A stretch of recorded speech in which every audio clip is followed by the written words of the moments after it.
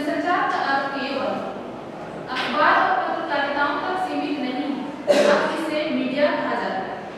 इसे मीडिया ही कहेंगे, क्योंकि आप क्या करते हैं, मीडिया के माध्यम से उसको करते हैं। क्योंकि आप अखबार जो न्यूज छापते हैं, जो अखबार में जो समाचार छापते हैं, बिना मीडिया के आप उसको कवर कर सकते हैं, उसको रिपोर्ट कर सकते हैं? नहीं कर सकते। मीडिया चाहिए ही हो। मीडिया से ही आप क्या करेंगे, उन सूचनाओं को क्या करेंगे, पहले रिपोर्ट करेंगे। आप जगह जगह जाएंगे, हर क्षेत्र के लिए अलग रिपोर्टर्स होते हैं। हर क्षेत्र के शिक्षा क्षेत्र के लिए अलग रिपोर्टर होते हैं, जिसको शिक्षा से संबंधित जानकारियां होती है, तो उसको वो क्या करता है, रिपोर्ट करता है। रिपोर्ट करने के बाद उसको वो प्रिंटिंग माध्यम यानी प्रेस पर क्या करता है, उसको देता है। उसका सत्यापित किया जाता है, कितना उनके शब्दों को ठीक किया जाता है, किस तरीके से कितना देना है न्यूज, कितना लोगों तक पहुंचानी है, उसको क्या करता है, उसको देखता है, उसकी भाषा सही करते हैं, उसके बाद उसको लोगों तक पहुंचाते हैं। ठीक है। अंग्रेजी शब्द मीडिया, मीडियम यानी माध्यम का बहुवचन है, यानी अब इसमें जनसंचार माध्यम समाहित हो चुके हैं। जनसंचार के क्षेत्र का काफी विस्तार हो चुका है। तो आइए हम जानते हैं इसके बारे में अब, ठीक है, कि अखबार क्या है। अब जनसंचार किस तरीके से कैसे शुरू हुआ था उसके बारे में हमने बात किया कि किस तरीके से प्राचीन काल से आधुनिक युग तक का सफर कैसे तय किया लोगों ने। पुराने जमाने से आधुनिक युग तक का सफर किस तरीके से धीरे धीरे क्या किया है, एक एक पड़ाव पार करके आज का आधुनिक युग यानी जनसंचार माध्यम तक पहुंचा है। ठीक है। अब जनसंचार माध्यम का आप जानते हैं, जनसंचार का अर्थ है बड़े पैमाने पर सूचना, विचार या संदेश या ज्ञान का प्रसार करना, या प्रक्रिया या एक स्रोत एक बड़ी जनसंख्या तक सूचनाओं को किसी माध्यम द्वारा क्या करता है, उसको प्रसारित करता है। यानी किसी माध्यम यानी radio, television, TV, internet, social media, इन सब माध्यमों के द्वारा क्या किया जाता है, जो भी सूचनाएं हैं, जो भी घटनाएं हैं, जो भी विचारें हैं, उन विचारों को बड़ी जनसंख्या तक तीव्र गति से क्या करते हैं, पहुंचाया जाता है। इसे ही हम क्या कहते हैं, जनसंचार माध्यम कहते हैं। याद रखिएगा कि जनसंचार और संचार माध्यम में बहुत अंतर है। जनसंचार में हम किसी यांत्रिक उपकरणों का प्रयोग करते हैं, और संचार में हम अपने निजी व्यक्तिगतों को आपस में क्या करते हैं, विचारों को आदान प्रदान करते हैं, यानी संवाद करते हैं। ठीक है। तो अखबार क्या है, अखबार, ठीक है। हम अब अखबार के बारे में जानेंगे कि ये अखबार क्या है, क्योंकि हम उसके माध्यमों के बारे में बात करते हैं। तो धीरे से सबसे पहला माध्यम क्या है, अखबार।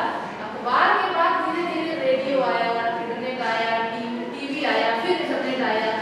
तो धीरे धीरे किस तरीके से आया, इसके बारे में हम विचार करेंगे। तो अखबार के बारे में, सूचना के प्रसार में अखबार सबसे पहला संचार माध्यम कहा जा सकता है, जिसने लोगों को जागरूक करने में योगदान किया, जिसने लोगों में सूचनाओं की भूख बढ़ाई। जैसा कि ऊपर चर्चा कर चुके हैं कि किस तरीके से सूचनाओं का आदान प्रदान लोगों की जिज्ञासा होती है सूचनाओं को जानने और पहुंचाने के लिए। ठीक है। तो छापे की मशीन आने के बाद जब अखबार छपना शुरू हुआ तो लोगों में समाचारों के प्रति जिज्ञासा और बढ़ी। पहले सिर्फ हम सुनते थे अपने कानों से समाचार, लेकिन जब प्रिंटिंग मशीन आई यानी प्रिंट मीडिया आई, यानी मुद्रित माध्यम आया, तो हमें वो जिज्ञासा और ज्यादा क्या होने लगी, बढ़ने लगी। क्योंकि पहले हम क्या सिर्फ सुनते थे, अब जब मुद्रित माध्यम आया तो मुद्रित माध्यम के द्वारा जो अखबार आते हैं उसमें हम पढ़ते भी हैं और साथ में चलचित्र यानी फोटोग्राफ भी होते हैं। तो हम उसमें जिज्ञासा होती है, फोटो देखते हैं तो हमें उसको पढ़ने की ज्यादा उत्सुकता होती है, क्योंकि उसमें हम क्या देखते हैं, फोटोज भी देखते हैं, तरह रंग भी देखते हैं, ऐसी फोटोज लगाए हुए होते हैं कि हम उसको देखकर क्या होते हैं, आकर्षित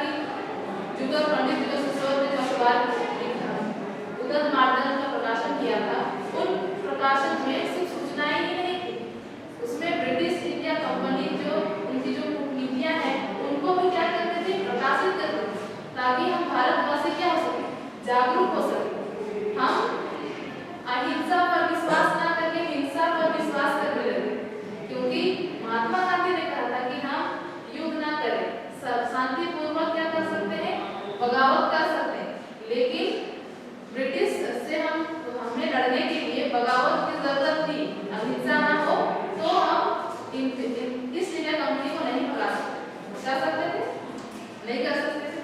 तो तब पंडित जवाहर किशोर ने क्या किया था, जो अपनी पत्रिका है उदंत माध्यम में, तो उन्होंने क्या किया था, उसमें जो ईस्ट इंडिया कंपनी की जो कूटनीतियां हैं, जो हम भारतीयों को सताए जाते थे, उन सब चीजों के बारे में प्रकाशित की जाती थी सूचनाएं, ताकि भारतवासी क्या हो, जागरूक हो सके, एकजुट होकर वे ईस्ट इंडिया कंपनी के खिलाफ आवाज उठाए और अपने को आजाद कर पाए।